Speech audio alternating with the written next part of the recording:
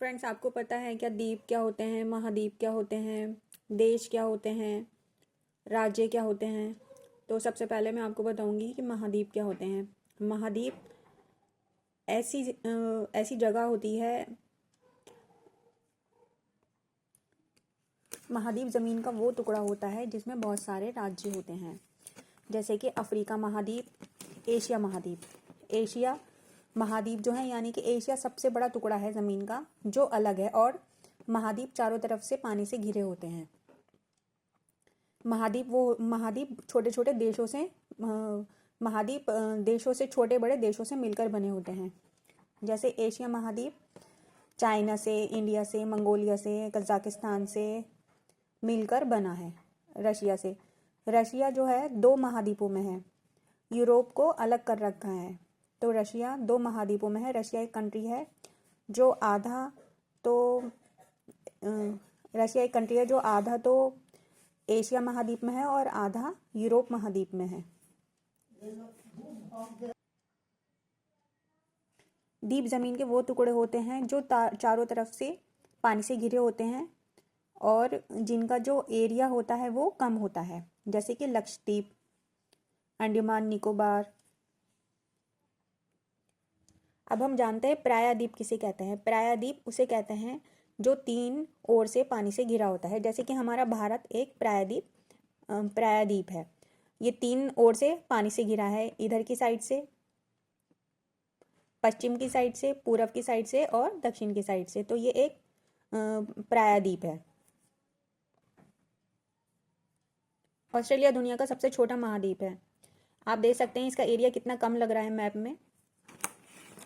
सबसे बड़ा जो एरिया है वो देखने में ही एरिया वाइज सबसे बड़ा आपको एशिया लग रहा है। देन उसके बाद अफ्रीका है,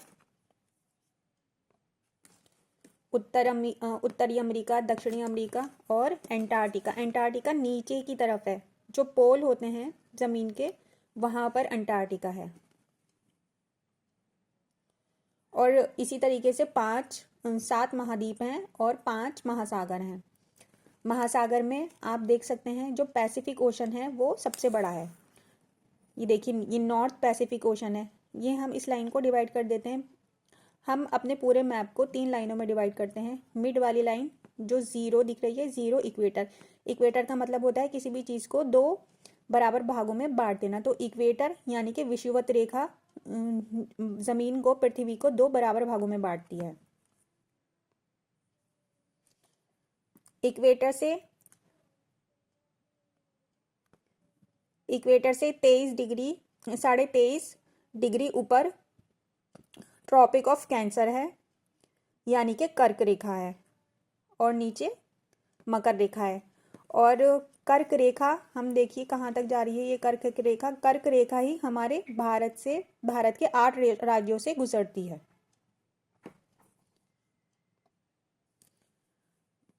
पृथ्वी के इसी हिस्से में सबसे ज़्यादा रोशनी, सूरज की रोशनी पड़ती है और सबसे ज़्यादा ताप भी इसी हिस्से में होता है।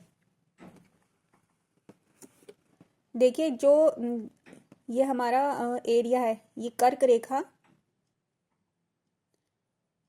विषुवत रेखा और मकर रेखा, इन तीनों के बीच में हमारा आधा भारत आ रहा है। इसलिए जो हमारे आधा भारत है उसमें बहुत ज़्यादा गर्मी रहती है, और ऊपर साइड वाले भारत जो है वो देखिए, ये हमारा कर्क रेखा से ऊपर की साइड वाला जो भारत है वहाँ पर ठंड रहती है। रशिया का साइबेरिया विश्व का सबसे ठंडा स्थान है और यहाँ से ही ये हवाएं चलती हैं।